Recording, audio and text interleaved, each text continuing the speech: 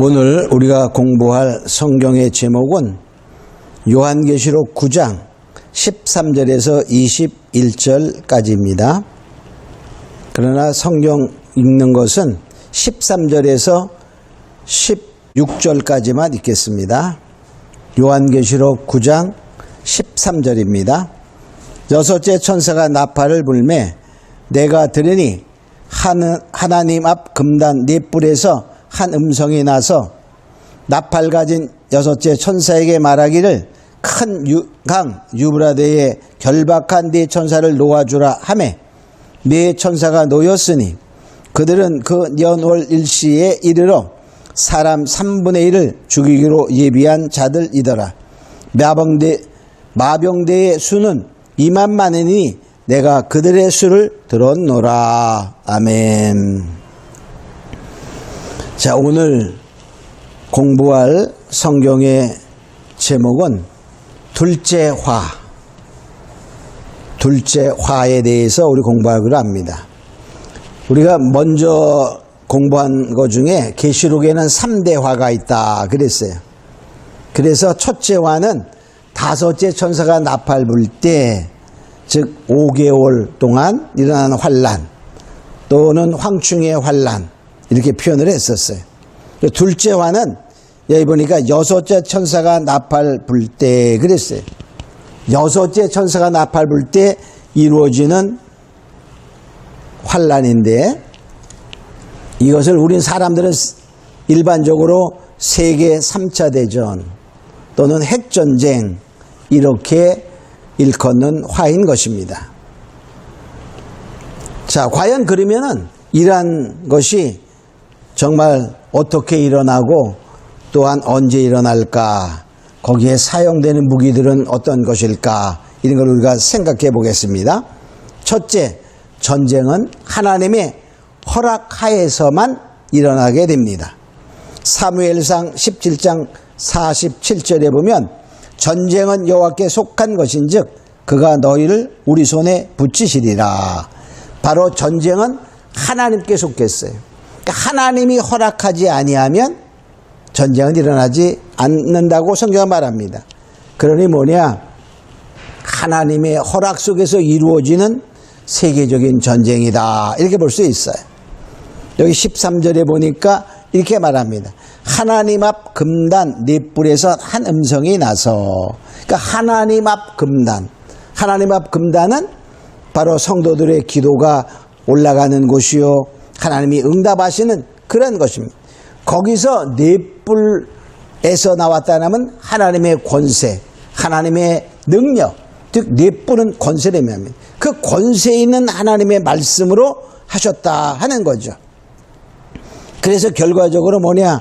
그 네 뿔에서 나오는 한 음성은 바로 하나님이 허락하신 가운데 하나님의 주권 가운데 바로 말씀하시는 것이다. 이렇게 볼 수 있어요.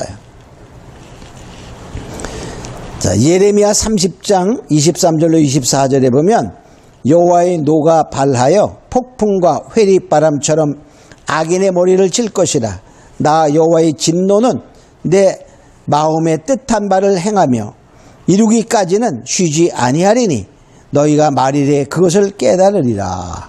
바로 하나님의 진노가 내리는 하나님의 진노의 심판의 역사인데 바로 하나님이 그 행하시는 것을 나중에 그때가 되면 깨닫게 된다는 것입니다. 자, 그런데 더 구체적으로 말하면 이렇게 말하고 있어요. 큰 유브라데에 있는 네 천사, 결박한 네 천사를 놓아주라. 큰 유브라데 강은 바로 그 당시에 옛날에는 아수르와 바벨론 이러한 큰 나라들이 차지하고 있던 지역입니다. 그래서 큰 유브라데라는 의미는 바로 아수르나 바벨론과 같은 바로 세상에 큰 세력 있는 악한 나라를 상징합니다. 근데 네 천사, 결박한 네 천사를 놓아주라. 그런 말은 아직까지는 그들이 활동할 수 없었어요. 결박되어서. 그러나 뭐냐? 이제 풀어주어서 활동한다는 거예요. 그 결과적으로 네 천사는 강대국 네 나라를 의미하기도 합니다. 그러니까 하나님께서 강대국을 들어서 놓아서 결과적으로 그 세계적인 전쟁을 통하여 하나님의 진노의 심판을 하신다 하는 것입니다. 자, 두 번째로 이 전쟁의 때와 규모는 어떤가를 보게 됩니다. 그러니까 여기서 15절에 네 천사가 놓였으니, 네 천사가 놓였어요. 그 말은 뭡니까? 하나님의 음성을 듣고 놓았습니다. 그러니까 하나님이 놓아라 허락하시니 놓였다. 그러니까 전쟁은 하나님이 허락하신다. 그런 말이죠. 연월일시에 그랬어요. 연월일시라는 말은 몇 년, 몇 월, 몇 시 이 얘기지만은 여기 그냥 연월일시라고 한 것은 그 작정된 시간이 하나님만 아는 시간이다. 그런 의미가 되죠. 바로 우리로서는 정확히 알 수 없는 시간입니다. 그러나 뭔 알죠? 징조는 아는 거예요. 마태복음 24장 3절에 보니까 제자들이 주님께 물어봤습니다. 세상 끝에는 어떠한 징조가 있사오리까? 그랬어요. 바로 징조는 보아서 깨달을 수 있다는 거예요. 그러니까 결과적으로 이것은 언제일까? 보면 우린 징조를 보고 그 때를 우리가 짐작하게 되는 것이죠.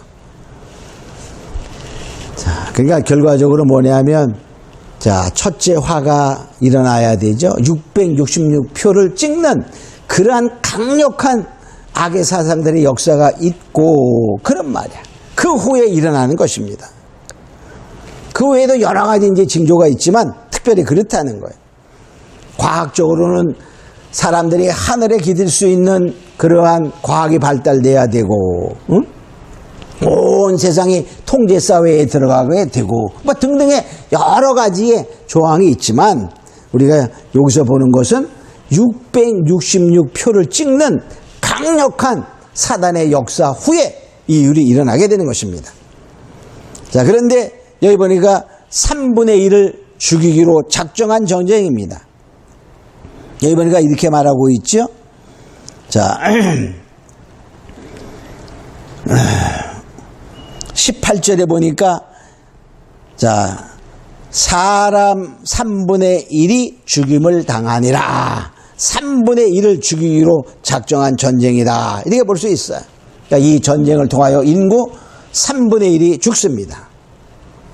근데 실제는요, 3분의 2를 죽이고 3분의 1을 불간대에 넣어 단련하게 됩니다. 그러니까 전쟁으로 3분의 1 죽고 잠시 후에 전쟁의 후유증으로도 3분의 1 죽고 또 나머지를 불 가운데 시험한다. 이렇게 말해요. 스가랴 13장 8절로 9절에 보면 여호와가 말하노라. 이 온 땅의 3분의 2는 멸절하고 3분의 1은 거기 남으리니 내가 그 3분의 1을 불 가운데 던져 은같이 연단하며 금같이 시험할 것이라. 그러니까 결과적으로 뭐냐? 3분의 1이 전쟁으로 죽고 또 3분의 1도 그 여러 가지 후유증으로 죽고 또 나머지 3분의 1도 은같이 금같이 시험하는 시기를 통하여 수많은 사람이 또 죽고 거기에서 이제 살아남는 자가 있다. 이렇게 말하고 있습니다. 또 군대의 수는 뭐냐? 여기 보니까 마병 16절에 보니까 마병대의 수. 그래서 마병대의 수가 2만만이니 2만만. 응? 2만만은 2만 곱하기 만이니까 2억입니다. 2억의 군대가 나와 전쟁하는 거예요. 우리 참고로 말하면 1차 세계대전 때에는 약 6,800만 정도가 군대에 동원됐어요. 그래서 사망자가 2천만 명. 2차 세계대전은 약 1억 명의 군대가 동원됐고 사망자가 약 5천만 명입니다. 근데 이제 3차 대전은 그 규모가 훨씬 더 많아지죠. 그런데 또 뭡니까? 무기가 엄청 발달했기 때문에 엄청 많은 똑같은 하나의 포탄으로 수많은 사상자가 생기는 거예요. 그래서 3분의 1이 즉 지금 인구가 마늘이 75억, 뭐 80억 이렇게 말합니다. 그러니까 25억, 3분의 1이면 25억 내지 7억이 전쟁으로 독에 죽어간다 이렇게 말합니다. 자, 세 번째로 전쟁에 사용되는 무기들을 보면 이렇게 말하고 있어요. 17절에 보니까 자, 말들과, 그 말은 옛날에는 말들이라는 말은 전쟁을 예비한 그러한 그 군대의 모습이다 이렇게 보면 되죠. 말들과 그 탄자들을 보니, 군대의 모습을 보니 그 말이에요. 불빛과 자줏빛과 유황빛 흉갑이 있고, 그러니까 결과적으로 이들이 무장한 무기에 보면 불빛, 자줏빛, 유황, 흉갑, 그러니까 결과적으로 이들이 가진 무기는 결과적으로 현대 전에 그러한 무기들의 모습을 보여주는 거예요. 또 그 말들의 머리는 자, 사자의 머리 같고 그랬어요. 그 사자의 머리는 엄청난 용감성과 용맹성과 무자기함, 강함을 의미하죠. 결과적으로 현대전의 그러한 무력의 그것을 보면 엄청 강한 것을 알 수 있어요. 그래서 현대전의 모습을 바로 2000년 전에 사도 요한을 통하여 보여준 모습이다 이렇게 볼 수 있죠. 근데 결과적으로 여기서 나타나는 그 재앙들을 보면요, 자 18절에 이렇게 말해요. 17절에도 보면 자, 그 입에서는 불과 연기와 유황이 나오더라. 이 세 가지 재앙, 불과 연기와 바로 뭐죠? 유황 그랬어요. 그러니까 결과적으로 불은 뭡니까? 마지막 때에는 하나님의 불심판하는 거예요.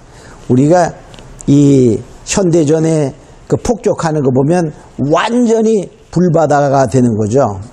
밤하늘에 아주 수놓은 별들처럼 이렇게 포탄이 쏟아져 가는 그런 것을 봅니다. 요새도 보면은 뭐 전번에도 이스라엘의 그러한 팔레스타인에서 일어나는 그러한 하마스나 이런 그 자들이 공격할 때 보면은 그것을 다 미사일로 쏘아서 맞추는, 그래서 어떤 사람은 그래, 하늘에 불꽃놀이 같았다 이렇게 말합니다. 근데 마지막 심판은 불심판이다 그랬어요. 베드로후서 3장 7절에 보면 이제 하늘과 땅은 그 동일한 말씀으로 불사르기 위하여 간수한 바 되어 경건치 아니한 사람들의 심판과 멸망의 날까지 보존하여 두신 것이다. 이 세상이 옛날에 물심판으로 심판받을 때에 바로 하나님의 말씀대로 되었어요. 그러한 것처럼 마지막 때에도 하나님의 말씀처럼 불로 심판하여 바로 마지막까지 존재하는 이유는 불로 심판하기 위해서입니다 라고 말하고 있습니다. 또 연기는 뭐죠? 우리가 포탄을 쏠 때 불도 나오지만은 연기도 나와요. 그것이 결과적으로 바로 추진력이 나타날 때 불도 놓아지고 거기에 그 연료가 타는 그러한 연료로 인한 그 화력의 연기가 나타납니다. 또 유황은 뭡니까? 우리가 폭발물의 그러한 주도한 폭발물의 원료가 유황이잖아요. 자, 이런 것을 보면서 바로 현대전을 이 과거 2000년 전이었다면 이러한 표현할 수 없는 그러한 것을 바로 사도 요한이 환상으로 본 것입니다. 자, 또 19절에 보면 말들의 힘은, 즉 전쟁 무기의 위력은 그런 말이죠. 입과 꼬리에 있어. 그러니까 결과적으로 우리가 지금 이 쏘면 뭡니까?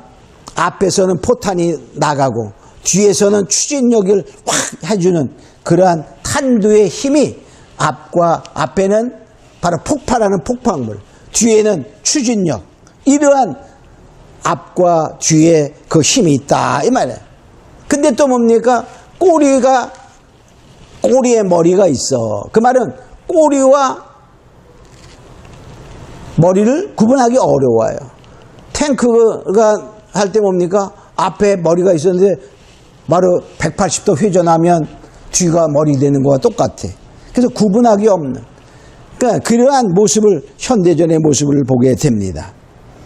그래서 결과적으로 뭐냐, 이 둘째 화는 이 앞으로 일어날 세계 3차 대전을 통한 핵전쟁을 통하여 수많은 인구의 수십억이 죽는 그러한 전쟁이다. 이렇게 말할 수 있어요.